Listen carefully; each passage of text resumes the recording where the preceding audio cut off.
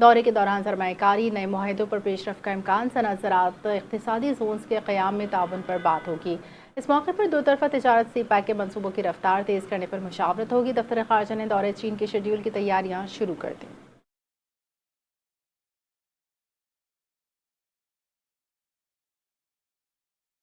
اقوام متحدہ کا پاکستان کے سفارتی کاوشوں کی مکمل حمایت کا اعلان۔ وزیر خارجہ اسحاق ڈار سے UN secretary general Antonio Guterres کا ٹیلی فونک رابطہ ہوا۔ دوران گفتگو دونوں رہنماؤں نے پاکستان کی سفارتی کوششوں اور رابطوں پر تفصیلی گفتگو کی۔ اقوام متحدہ نے پاکستان کے تعمیری کردار اطمینان کا اظہار کیا۔ ترجمان دفتر خارجہ کے مطابق عالمی برادری کی جانب سے پاکستان کی کوششوں کی مکمل حمایت کا اعادہ کیا گیا۔ UN سیکرٹری جنرل نے خطے میں امن اور استحکام کے لیے پاکستان کے کردار کو سراہا۔ کہا، عالمی برادری پاکستان کی کوششوں کو قدر کی نگاہ سے دیکھتی ہے۔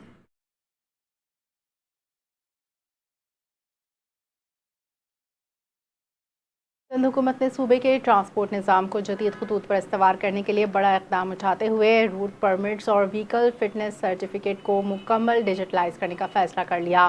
محکمہ ٹرانسپورٹ سندھ نے متعلقہ اداروں کو باقاعدہ ہدایت جاری کی۔ سندھ کے سینئر وزیر شرجیل انعام میمن کے مطابق ٹرانسپورٹ ریگولیٹری نظام کو مکمل خودکار ڈیجیٹل بنایا جا رہا ہے تاکہ شفافیت، کارکردگی میں بہتری لائی جا سکے۔ گاڑیوں کے روٹ پرمٹس، فٹنس سرٹیفکیٹ کو ڈیجیٹل نظام میں منتقل کیا جا رہا ہے۔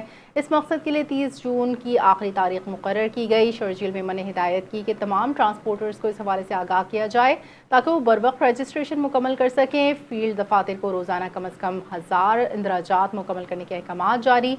حکام کے مطابق 30 جون کے بعد manual route permits, fitness certificate کو غیر مؤثر تصور کیا جائے گا، جس کے بعد صرف ڈیجیٹل نظام ہی قابل قبول ہوگا۔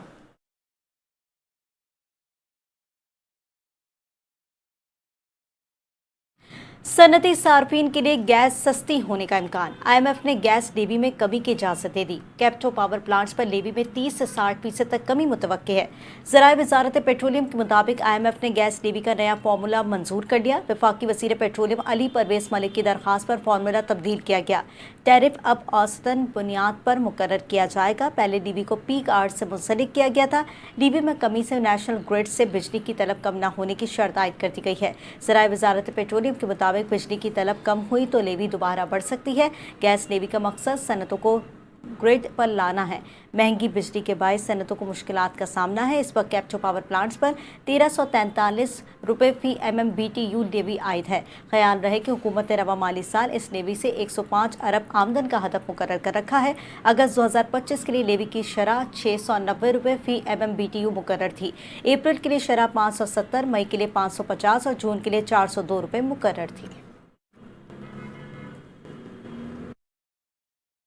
پنجاب میں کرائم کنٹرول ڈپارٹمنٹ کے مبینہ مقابلوں میں ایک بار پھر تیزی۔ لاہور سمیت دیگر شہروں میں ایک ہی روز میں 5 مبینہ مقابلے، جس میں 11 ملزمان مارے گئے۔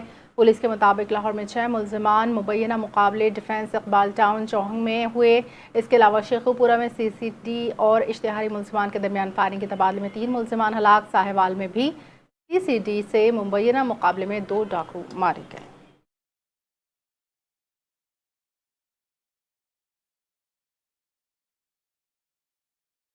آگے بڑھیں گے، آپ کو بتائیں کہ پاکستان کرپٹو کونسل کے CEO بلال ثاقب نے ایکسچینج ایسوسی ایشن کو کرپٹو لائسنس جاری کرنے کا عندیہ دے دیا۔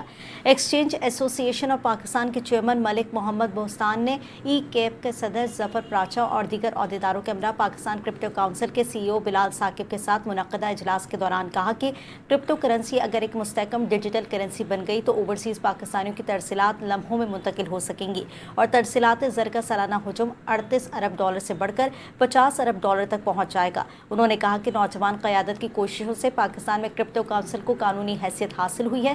کرپٹو ڈیجیٹل دور کے تقاضوں سے مطابقت رکھتا ہے۔ پاکستان کرپٹو کونسل کی کوششوں کی بدولت اب اسٹیٹ بینک آف پاکستان اور SCCP کی جانب سے کرپٹو میں ٹریڈنگ کرنے کے خواہش مندوں کو کونسل کی NOC سے مشروط بینکوں میں کرپٹو اکاؤنٹس کھولنے کی اجازت دی گئی ہے۔ اجلاس میں یہ بھی بتایا گیا ہے کہ فی الوقت 4 کروڑ پاکستانی 5 سے 6% لاگت پر کرپٹو میں ٹریڈنگ کر رہے ہیں۔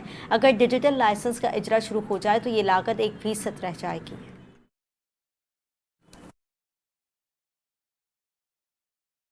امریکہ میں برطانیہ کے سفیر سر کرسچن ٹرنر نے کہا کہ امریکہ کا خصوصی تعلق برطانیہ کے ساتھ نہیں بلکہ ممکنہ طور پر صرف اسرائیل کے ساتھ ہے۔ برطانوی اخبار فائنینشیل ٹائمز کی رپورٹ کے مطابق ایک لیک ہونے والی آڈیو میں برطانوی سفیر نے کہا امریکہ برطانیہ کے درمیان قریبی تعلق موجود ہے، خاص طور پر دفاع معیشت کے شعبوں میں، تاہم عالمی حالات تیزی سے بدل رہے ہیں۔ امریکہ برطانیہ کے درمیان تعاون جاری رہے گا لیکن تعلق پہلے جیسا نہیں، بدلتے عالمی صورتحال کے مطابق نئی شکل اختیار کر رہا ہے۔ انہوں نے کہا یورپ اب مکمل امریکہ کے سیکورٹی نظام پر انحصار نہیں کر سکتا۔ اس وقت امریکہ کا خاص تعلق صرف ایک ملک کے ساتھ ہے، وہ اسرائیل ہے۔ برطانوی سفیر نے موجودہ دور میں مغربی اتحادی ممالک کو تعلقات اور ذمہ داریوں کا سرانہ جائزہ لینے کی ضرورت پر زور دیا۔ برطانوی دفتر خارجہ نے اس بیان پر رد عمل دیتے ہوئے کہا کہ سفیر کی ذاتی رائے ہے، خیالات ہیں، حکومت کی سرکاری پالیسی کی عکاسی نہیں کرتے۔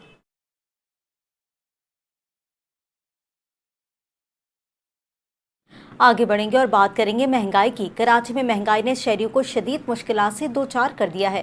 روزمرہ اشیاء کی قیمتیں مسلسل بڑھ رہی ہیں۔ شہریوں کا کہنا ہے کہ آمدنی کم اور اخراجات زیادہ ہو گئے ہیں، جس سے گزارا مشکل ہوتا جا رہا ہے، جبکہ دکاندار بھی اس صورتحال سے پریشان دکھائی دے رہے ہیں۔ مزید تفصیلات جانیں گے سحر خان سے۔ جی سحر۔ جی بالکل، اس وقت میں کراچی کے امپریس مارکیٹ میں موجود ہوں، جہاں پر عام شہری کی زندگی جو ہے وہ مہنگائی نے بری طرح متاثر کی ہے۔ مہنگائی نے جو ہے وہ شہریوں کی کمر توڑ کر رکھ دی ہے۔ آٹا ہو، چینی ہو، گھی ہو، دالیں ہو، سبزیاں ہوں، حتیٰ کہ پھل بھی عام شہری کی پہنچ سے دور ہوتے جا رہے ہیں۔ ان کی قیمتیں جو ہے وہ آسمانوں سے باتیں کرتی نظر آ رہی ہیں۔ اس وقت ہمارے ساتھ ایک شہری بھی موجود ہیں، آئے ان سے بات کرتے ہیں۔ پیٹرول بہت مہنگا ہو گیا ہے، 400 روپے سے اوپر ہے پیٹرول بھی، کرایہ بھی ڈبل لے رہے ہیں۔ اسی وجہ سے سبزی دیکھ لو آپ، ٹماٹر 80 روپے 100 روپے کلو مل رہا ہے، اور آٹا بھی دیکھ لو آپ کتنا مہنگا ہے۔ غریب آدمی جو 1000-1200 روپے کمانے والا، اس کی جس کے 5 بچے ہو یا 6 ہو یا 7 ہے، کیسے پوری کر سکے گا؟ تعلیم کے بھی خرچ ہوتے ہیں، ہر چیز اتنی مہنگائی زور ہو گئی ہے۔ مہنگائی کم کی جائے، کیونکہ دیکھیں جو اپر کلاس ہے وہ بالکل تھوڑے نیچے آ گئے، جو غریب تھے وہ تو مزید غریب ہو گئے ہیں۔ تو کچھ تو کرنا چاہیے حکومت کو نا، کچھ تو سوچنا چاہیے نا، جو روز کماتے ہیں روز نکلتے ہیں ان کا سوچنا چاہیے نا، بس کم کرے۔ مہنگائی پوری دنیا میں ہو رہی ہے لیکن کم از کم پاکستان میں تھوڑا رحم کرنا چاہیے۔ 1500-1200 روپے دیہڑی والا بندہ، گھر میں روز جھگڑے ہو رہے ہیں، روز پریشانی ہو رہی ہے۔ وہ جاتا ہے کوئی سودا لینے تو وہ 10 روپے کی چیز ہے وہ 50 کی ہو جاتی ہے۔ پہلے 5 روپے بڑھتے تھے، اب بڑھتے 500 400 100 روپے 150 روپے بڑھ رہے ہیں۔ منڈی کے اندر مال نہیں مل رہا اور یہاں بک نہیں رہا، خرچے نکالنا پورے مشکل ہو گئے ہیں، پریشان بندے ہوئے ہوئے ہیں۔ اب کسٹمر کو ہم بتاتے ہیں یہ چیز اتنے کی ہے، کسٹمر بولتا ہے ہمیں جیب میں پیسے نہیں نکال سکتے۔ شہریوں کا کہنا ہے کہ مہنگائی نے ہماری کمر توڑ کے رکھ دی، جبکہ دکانداروں کا کہنا ہے کہ ہر چیز مہنگی ہو گئی ہے، ہم بھی بہت پریشان ہیں۔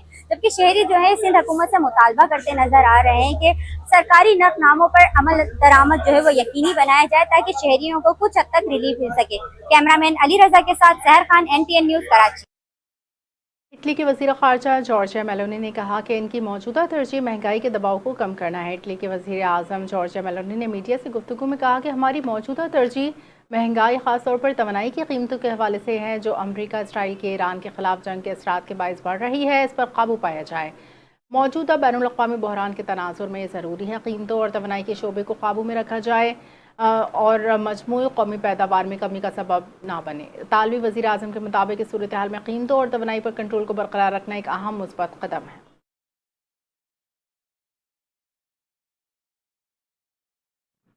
وزیر اعظم شہباز شریف نے زلزلوں کے متاثرین کی یاد کے عالمی دن کے موقع پر پیغام میں کہا کہ قدرتی آفات کے تباہ کن اثرات کم کرنے کے لیے انفراسٹرکچر کی بہتری ناگزیر ہے۔ وزیر اعظم شہباز شریف نے اپنے پیغام میں کہا کہ عالمی دن کا مقصد متاثرین زلزلے کے ساتھ اظہار ہمدردی کرنا ہے۔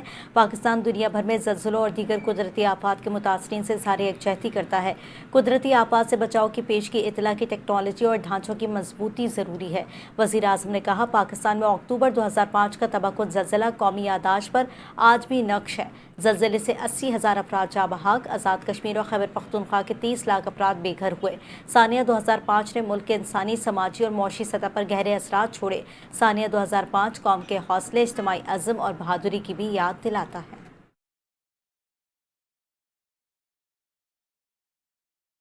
وزیر اعلیٰ پنجاب مریم نواز نے زلزلہ متاثرین کے عالمی دن کے موقع پر خصوصی پیغام میں زلزلہ اور دیگر قدرتی آفات سے متاثرہ افراد کے ساتھ اظہار یکجہتی کیا ہے۔ 2005 کے ہولناک زلزلے سے متاثرہ ہزاروں خاندان کے غم میں شریک ہیں۔ انہوں نے اس عزم کا اعادہ کیا کہ پنجاب کو ہر قسم کی آفات سے مزید مضبوط بنایا جائے گا۔ وزیر اعلیٰ نے کہا قدرتی آفات کے تباہ کن اثرات کو کم کرنے کے لیے بہتر انفراسٹرکچر منصوبہ بندی، عوامی شعور اور آگاہی انتہائی ضروری ہے۔ تعلیمی نصاب میں قدرتی آفات سے متعلق ابواب شامل کرنے کے اقدام کو بھی قابل تحسین قرار دیا۔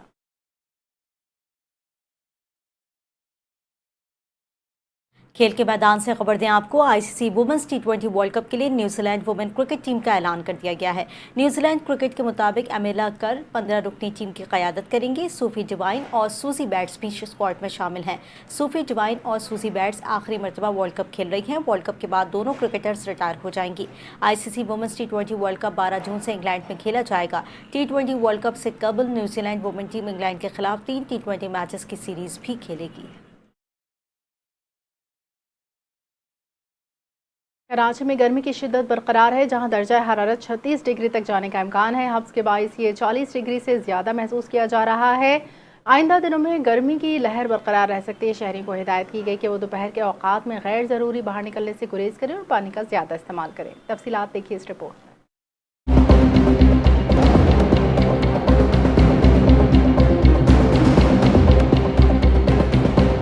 کراچی میں گرمی اپنے عروج پر پہنچ چکی ہے۔ سورج کی تیز شعاعیں شہر کو جھلسا رہی ہیں اور دوپہر کے اوقات میں سڑکیں سنسان دکھائی دے رہی ہیں۔ آج درجہ حرارت 36 ڈگری سینٹی گریڈ تک جانے کا امکان ہے، مگر حبس اور نمی کے باعث محسوس کیا جانے والا درجہ حرارت 40 ڈگری سے بھی تجاوز کر رہا ہے، جس کے باعث سب سے زیادہ متاثر محنت کش طبقہ ہو رہا ہے۔ شدید گرمی کے باعث شہری ٹھنڈے مشروبات اور پانی کا سہارا لینے پر مجبور ہیں، جبکہ کئی افراد سایہ تلاش کرتے نظر آتے ہیں تاکہ کچھ دیر کے لیے سکون حاصل کر سکیں۔ اگرچہ مغرب اور جنوب مغرب سے ہوائیں چل رہی ہیں، مگر ہوا میں نمی کا تناسب زیادہ ہونے کے باعث گرمی کی شدت میں کمی نہیں آ رہی۔ ماہرین موسمیات کے مطابق آئندہ چند دنوں میں بھی گرمی کی یہ لہر برقرار رہنے کا امکان ہے اور درجہ حرارت مزید بڑھ سکتا ہے، جس سے ہیٹ ویو جیسی صورتحال پیدا ہو سکتی ہے۔ شہریوں کو ہدایت کی گئی ہے کہ وہ احتیاطی تدابیر اختیار کریں، کیونکہ کراچی کی گرمی اب ایک سنجیدہ مسئلہ بنتی جا رہی ہے۔ کیمرہ ٹیم کے ساتھ سحر خان، NTN نیوز، کراچی۔ دوسری جانب شہر قائد میں گرمی کی شدت بڑھتے ہی شہریوں نے ٹھنڈے مشروبات کا رخ کر لیا ہے۔ لیمو پانی، ستو اور مختلف دیسی ڈرنکس کی مانگ میں نمایاں اضافہ دیکھنے میں آ رہا ہے، جبکہ شہری ان مشروبات کو نہ صرف گرمی سے بچاؤ بلکہ فوری سکون کا ذریعہ بھی قرار دے رہے ہیں۔ تفصیلات دیکھیے ماہم خان کی اس رپورٹ میں۔